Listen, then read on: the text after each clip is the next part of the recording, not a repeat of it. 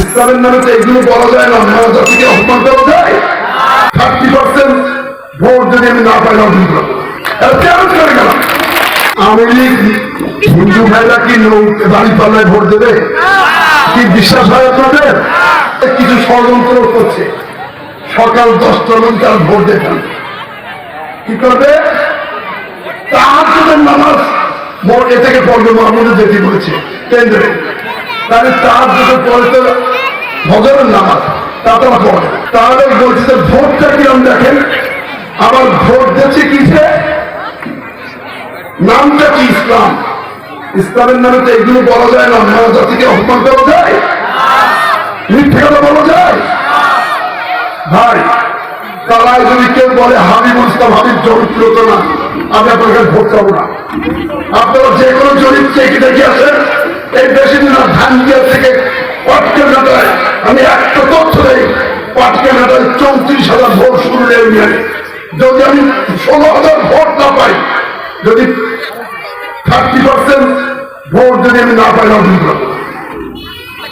হ্যাঁ আমার তাই অর্থাৎ যদি 16 ওখানে যদি 20,000 ভোট কাস্ট হয়, আমি পাবো 12-14,000 ভোট পাবো, চ্যালেঞ্জ করে গেলাম।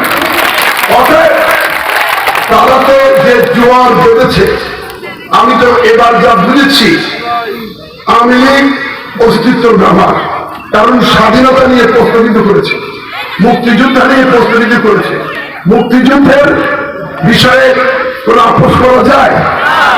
মুক্তিযুদ্ধ নিয়ে বিতর্ক করা, তাই এখন কে ভোট দেবে? বিএনপির সাথে কি আওয়ামী লীগ হিন্দু ভাইরা কি দাঁড়ি পাল্লায় ভোট দেবে? কি বিশ্বাস হয় আপনাদের?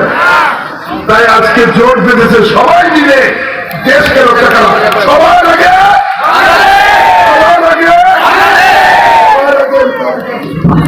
ঠিক বলে না, সবাই লাগে। উন্নয়ন যদি করতে আমাকে ভোট দেন, আমার মার্কা ধানের। আপনাদের খাল কাটালি জলবদ্ধতা করবে, সংস্কার করবো মোরারি মাঠ, সেদিন বলে এসেছি এই জলবদ্ধতা অবশ্যই সমাধান হবে। আপনারা যদি আমাকে ভোট দেন, আপনাদের ওই পাশে ব্রিজ করবো এবং একটা মডেল তৌফিক দরকার আমি। তাই মজদুর হিসাবে আপনাদের এলাকার উন্নয়নের স্বার্থে আমি যা কাজ করেছিলাম তারা কবরবায় সর্বোচ্চ ভোট আমাকে দেবে সবাই বিশ্বাস। তারা সব মানুষ বলে হাবিবকে এবার ভোট দেব, হাবিব জিতে যাবে, কবরবা ঠাকাই দেন। আপনারা কি কবরবা ঠাকাই দেবেন না?